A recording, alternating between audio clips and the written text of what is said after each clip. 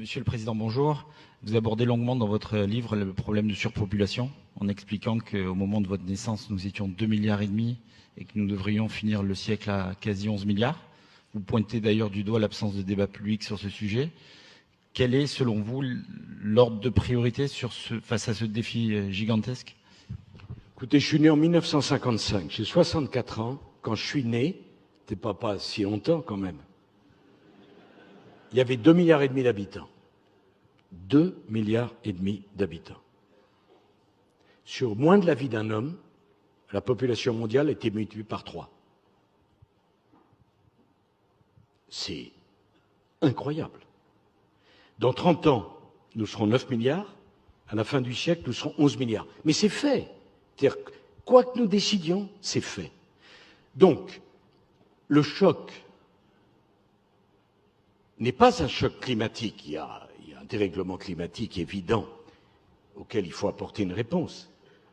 Mais le plus grand choc mondial, c'est le choc démographique. Des dérèglements climatiques, le monde en a connu, qui ont conduit pour certains à la disparition de 80% des espèces du vivant. C'est pas pour ça qu'il faut rien faire. Au contraire, il faut faire. Mais un choc démographique comme celui que nous sommes en train de vivre, le monde ne l'a jamais connu. Jamais. Dans 30 ans, le Nigeria aura plus d'habitants que les États-Unis d'Amérique.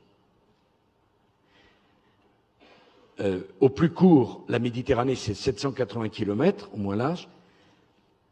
On va passer de 1,2 milliard d'Africains à 2,5 milliards. Donc, je dis, la crise migratoire n'a pas commencé.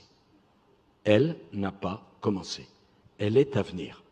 Alors, on peut refuser ça, si on veut. Comprenez-moi. C'est d'ailleurs la première source de pollution, par parenthèse. Parce que vouloir promouvoir le développement durable sans poser la question de l'explosion de la démographie mondiale, ça n'a aucun sens. Je ne sais pas si vous avez été à Lagos, qui n'est même pas la capitale du Nigeria. 22 millions d'habitants. Donc si vous pensez qu'avec le tri sélectif, on va régler le problème de Lagos, c'est que vous n'y avez pas encore été à Lagos. Parce que ma voisine dit ça aidera, certainement. Mais je voudrais vous dire une chose, 22 millions de gens qui consomment bien, ça fait plus de dégâts qu'1 million qui consomment mal. J'ajoute que, on me dit l'avenir est à la voiture électrique. Alors tout le monde, la voiture électrique, formidable. Formidable, formidable. Puis d'abord, il faut faire attention à ce qu'on dit maintenant, puisqu'on ne peut plus rien dire. Donc, mais je pose quand même une question. La voiture électrique, elle consomme de l'électricité? Non. Bon. L'électricité, il faut la produire. Et donc on a l'Allemagne qui a fait rouvrir toutes ses mines de charbon pour produire de l'électricité. Il y avait un ministre d'écologie, là, dont j'ai oublié le nom, qui dans la même journée a dit, avec l'autorité,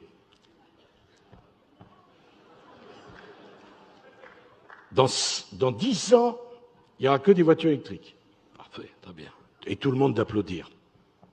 Et dans 10 ans, on aura fermé la moitié des centrales nucléaires.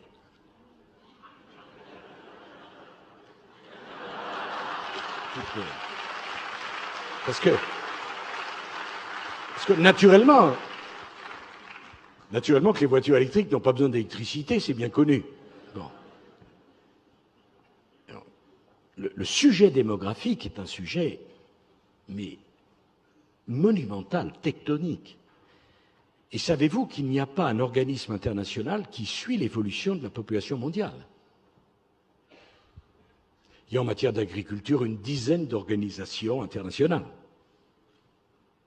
Est-ce que vous ne pensez pas qu'il conviendrait de toute urgence de poser les bases d'une organisation mondiale qui suivrait l'évolution de la démographie mondiale?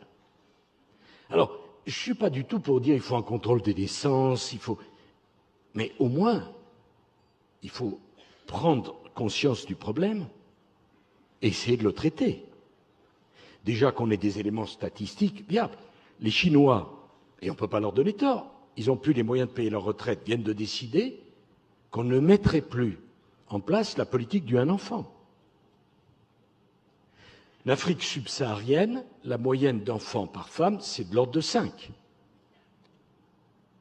Donc, si on n'agit pas très rapidement, on va au-devant d'une catastrophe extravagante. La question, combien d'êtres humains peuvent-ils vivre en même temps sur cette planète? C'est un sujet... J'entends bien les difficultés, le désir d'avoir des enfants, ce que ça peut représenter.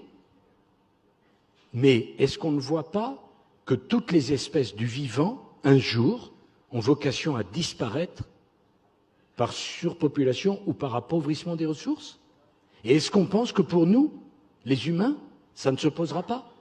Et je suis assez fasciné de voir, à juste titre, la discussion sur le climat et la gêne quand on discute de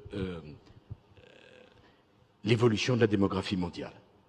Alors je vois là, cette jeune Suédoise si sympathique et si souriante. Tellement originale dans sa pensée.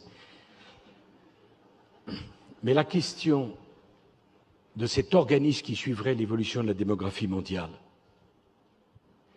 de la réflexion que nous, les Occidentaux, on doit avoir avant les autres, parce que l'écart entre nous et l'Asie, non seulement ne s'arrête pas, mais ça croît encore. Puisque c'est 4 milliards 800 millions, mais demain, ça sera bien plus.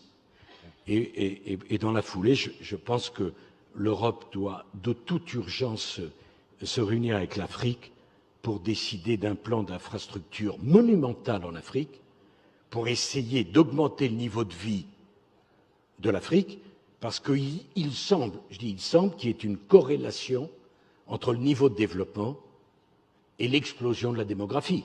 Il semble, enfin en tout cas, c'est ce qu'un certain nombre de gens disent. Et c'est vraiment les sujets passionnants de demain et extrêmement difficiles. Je n'ai pas les solutions, naturellement. Mais ces sujets-là, ils sont tectoniques. Merci beaucoup, de votre Monsieur le patience. Président.